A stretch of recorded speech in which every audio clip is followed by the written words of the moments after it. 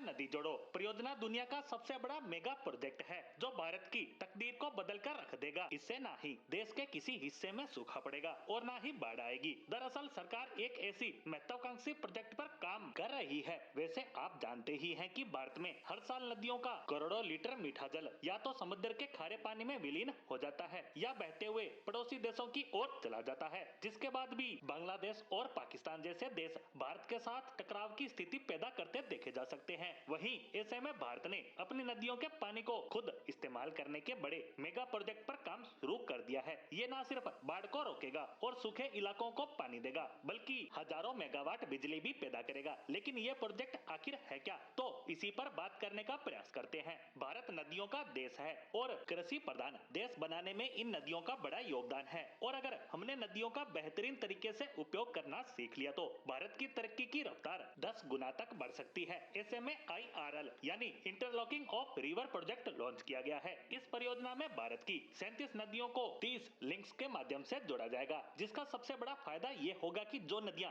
ज्यादा पानी की वजह से ओवरफ्लो हो जाती है, उनका पानी उन नदियों में चला जाएगा जिनका पानी कम है। इसके बाद बाढ़ भी कम आएगी और सूखी नदियां साल भर पानी से भरपूर रहेगी। हालांकि ये काम जितना आसान दिखता है उतना है नहीं। वहीं दूसरी तरफ देखा जाए तो ग्लोबल वार्मिंग की वजह से तापमान लगातार बढ़ रहा है। अगर गर्मी ज्यादा होगी तो बर्फ ज्यादा पिघलेगी और उत्तरी क्षेत्र की नदियों में करोड़ों लीटर पानी यूं ही बह जाएगा, जो बारिश के पानी के अतिरिक्त है। ऐसे में इन सभी चीजों को मैनेज करने के प्रयास किए जा रहे हैं। यह प्रोजेक्ट 3 चरणों में पूरा होगा। पहले चरण में हिमालय में गंगा और ब्रह्मपुत्र और उसकी सहायक नदियों पर स्टोरेज डैम बनाए जाएंगे। इसमें गंगा और यमुना नदी को जोड़ा जाएगा और आगे जाकर ये साबरमती और चंबल सिस्टम से जुड़ेगी। दूसरे चरण में भारत की 16 नदियों को आपस में जोड़ा जाएगा। महानदी और गोदावरी का एक्स्ट्रा पानी कृष्णा, कावेरी, पेनार और अन्य नदियों में डाला जाएगा। इसके बाद आखिरी चरण में दक्षिण की नदियों को पूर्व की नदियों से जोड़ा जाएगा। इसके साथ ही ये लिंकिंग प्रोजेक्ट पूरा होगा। नदियों के बीच इंटरलॉकिंग बनाने और पानी को स्टोर करने को रिजर्वायर बनाने के लिए डैम भी बनेंगे, जहां ऐसे हाइड्रो पावर प्लांट लगेंगे जो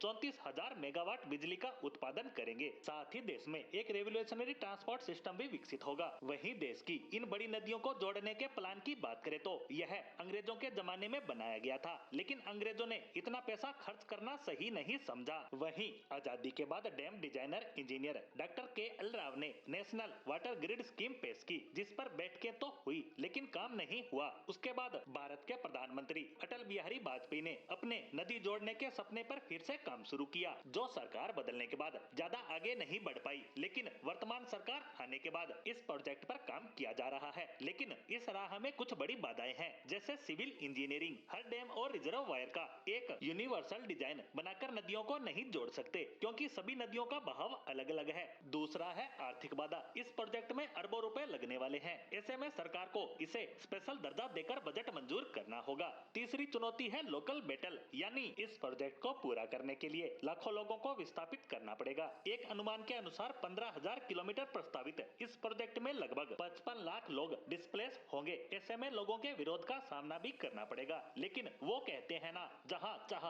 वहाँ राह। ऐसे में अगर ये प्रोजेक्ट पूरा हो जाता है तो देश की दशा और दिशा दोनों को बदल कर रख देगा।